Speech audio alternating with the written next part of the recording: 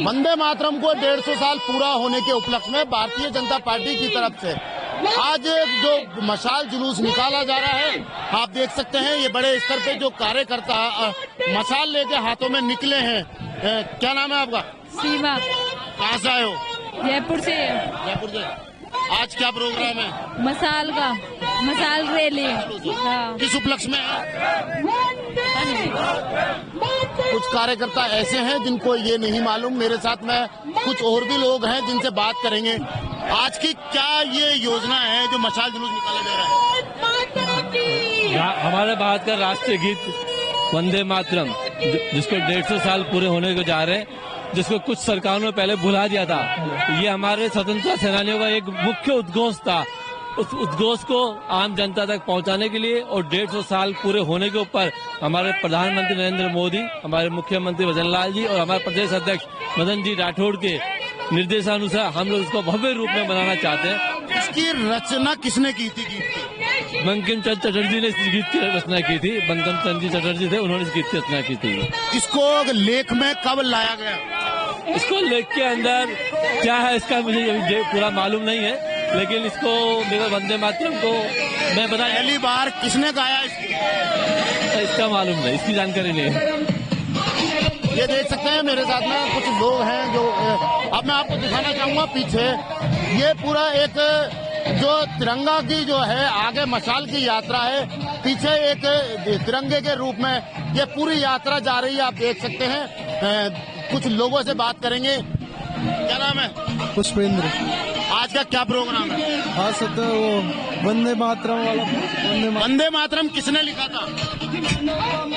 नहीं पता।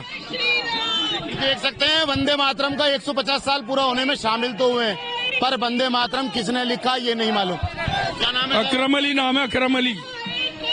ये गीत किसने लिखा था? ये मुसलमान ने लिखा था ये गीत, मुसलमान ने दिया ना। ये देख सकते हैं आधे से ज्यादा लोगों को ये नहीं मालूम कि ये गीत किसने लिखा।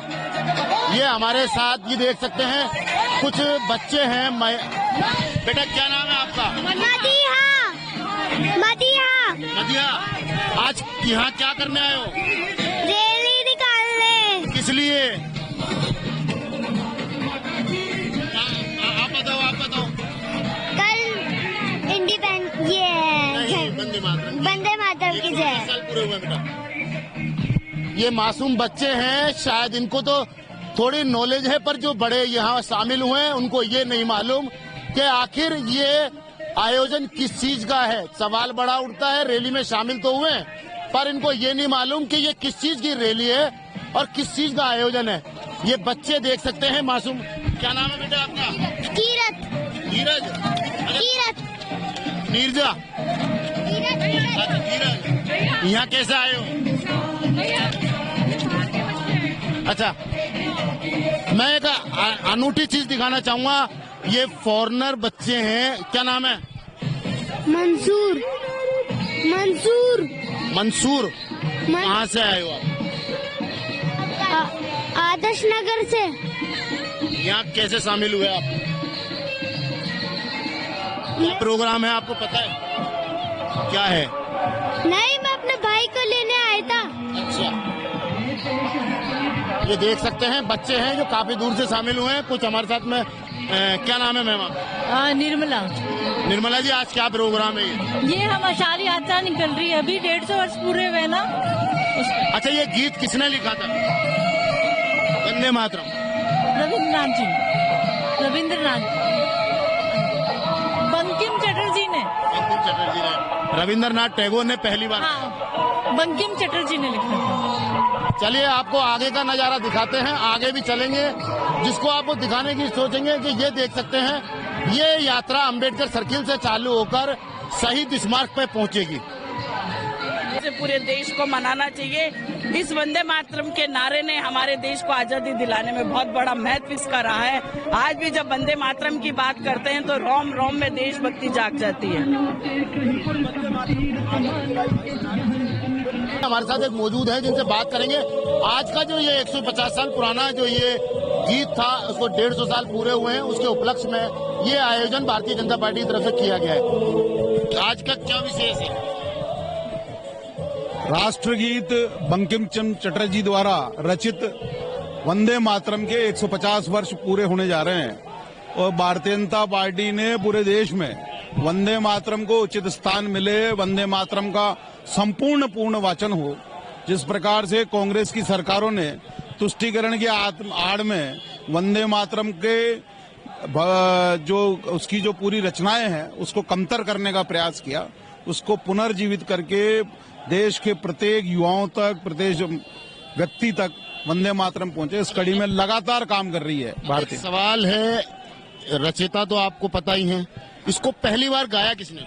रविंद्रनाथ टैगोर जी ने इसको पहली बार इसको लयबद्ध किया 1893 में। पर मैं आपको एक चीज बताना चाहता हूं कि कांग्रेस के अधिवेशनों में भी पूरा गाया जाता था, लेकिन जिस प्रकार के अपीजमेंट की राजनीति कांग्रेस ने करी और उनके कुछ मुस्लिम नेताओं के विरोध के चक्कर में इसको कमतर किया और इसकी 2 पंक्तियों तक सीमित रख दिया। लेकिन कल जिस प्रकार से भारतीय जनता पार्टी के सरकार के मुखिया और हमारे देश के यशस्वी प्रधानमंत्री इस वंदे मातरम का संपूर्ण वाचन कल करेंगे, वो पूरे देश में हजारों की संख्या में कार्यक्रम होगा।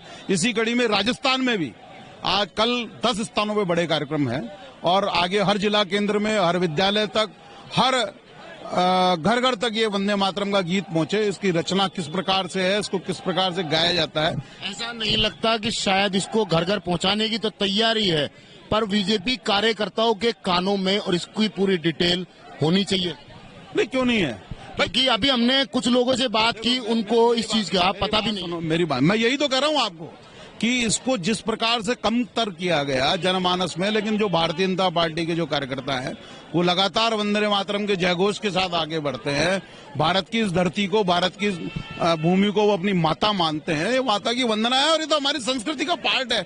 इसको आप धर्म के आधार पर अगर किसी प्रकार से रोकेंगे तो ये ठीक नहीं है। भारतीय जनता पार्टी, बाकी मैं इसमें ज्यादा कह नहीं सकता, ज्यादा बहुत सी चीजें, क्योंकि तो अलग अलग। ऐसा आपको नहीं लगता कि शुरुआत इसकी बीजेपी कार्यकर्ताओं से की? नहीं, भारतीय जनता पार्टी और उसके विचार परिवार तो प्रारंभ से वंदे मातरम बोलते हुए आए। हमने आज भी मैंने इस आयोजन में देखा 80% 90% लोगों को, मैंने आपसे बार बार बोला ना कि इसके वाचन को ही रोका गया, तो जनता के जो नए युवा हैं उनको पूरा नहीं है और हम पढ़ के बोलेंगे कल, इसमें शर्म की क्या बात है।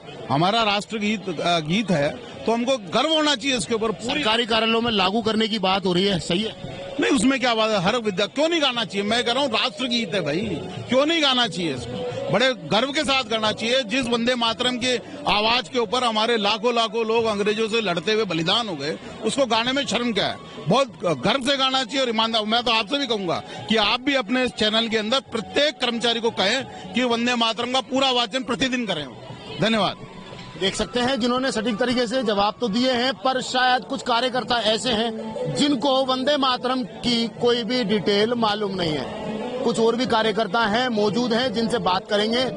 भाई साहब, अभी हमारे साथ में कुछ और पुनीत कर्नावट जी हैं, जिनसे बात करेंगे।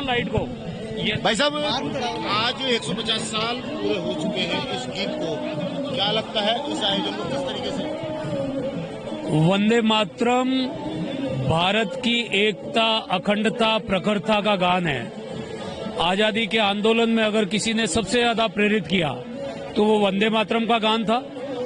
आजादी के बाद भी आज जब भारत अपने स्वर्णिम का, अपने अमृत काल के अंदर है और 150 साल वंदे मातरम को हो गए हैं, तो मोदी जी के आह्वान पर हर गांव, गली, ढाणी तक एक बार पुनः ये जयघोष हुआ है, जो भारत को फिर से 2047 में विकसित राष्ट्र बनाने तक रुकने वाला नहीं है। हम बहुत तेजी के साथ नया भारत आगे बढ़ रहा है।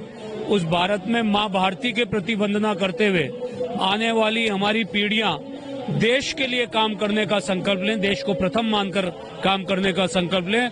मोदी जी की तरह अपने जीवन को देश के प्रति खपाने का निर्णय करें। इसलिए इस जयघोष के साथ आगे बढ़ रहे हैं। आप देख रहे हैं कि बहुत छोटे छोटे बच्चे भी यहाँ आए हुए हैं, जिनमें भी इस गीत को लेकर बहुत बड़ा उत्साह है। मैं समझता हूँ कि ये देश अपने आप को विश्व के सबसे शक्तिशाली राष्ट्र बनाने की जिस मुहिम में शामिल हुआ है, उसमें कुछ लोग इस चीज का, कई राजनीतिक दल विरोध कर रहे हैं। जहां सरकारी कार्यालयों में, मदन राठौड़ जी ने इसकी घोषणा की है कि सरकारी कार्यालयों में इसको लागू किया जाएगा। मैं नहीं समझ पा रहा कि इसके विरोध का क्या कारण है। जिस गीत के लिए पंडित जवाहरलाल नेहरू ने कहा कि ये मंत्र है, ये गीत नहीं है, उसका भी अगर कांग्रेस विरोध कर रही है तो कांग्रेस के दिवालियापन का कोई जवाब हो नहीं सकता और इसी कारण उनकी दुर्गति होती जा रही है। भाई साहब, एक चीज देखने को यहाँ भी मिली है कि जो कार्यकर्ता यहाँ शामिल हुए हैं 90% लोगों को वंदे मातरम किसने लिखा, कब गाया, ये भी नहीं मालूम। अगर ये बात सच है जो आप कह रहे हैं तो भी जरूरी है कि इस 150वें साल में वंदे मातरम को लेकर एक जागरण अभियान चले और जिसमें हम सब जान सकें कि वंदे मातरम का क्या महत्व है।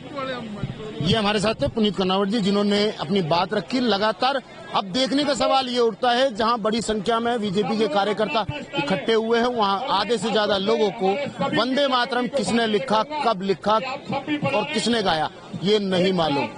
आखिर ये शुरुआत शायद बीजेपी को पहले वहीं से शुरू करनी पड़ेगी। और लगातार आपको दिखा सकता हूं जिस तरीके से वंदे मातरम के 160 साल 50 साल पूरे होने के उपलक्ष्य में ये आयोजन किया गया है, बहुत अच्छा है। हम इसकी भी सराहना करते हैं, पर शायद बीजेपी को शुरुआत अपने कार्यालय से ही और कार्यकर्ताओं से करनी पड़ेगी। कैमरामैन घनश्याम मिश्रा के साथ मोहम्मद नफीस, जयपुर से।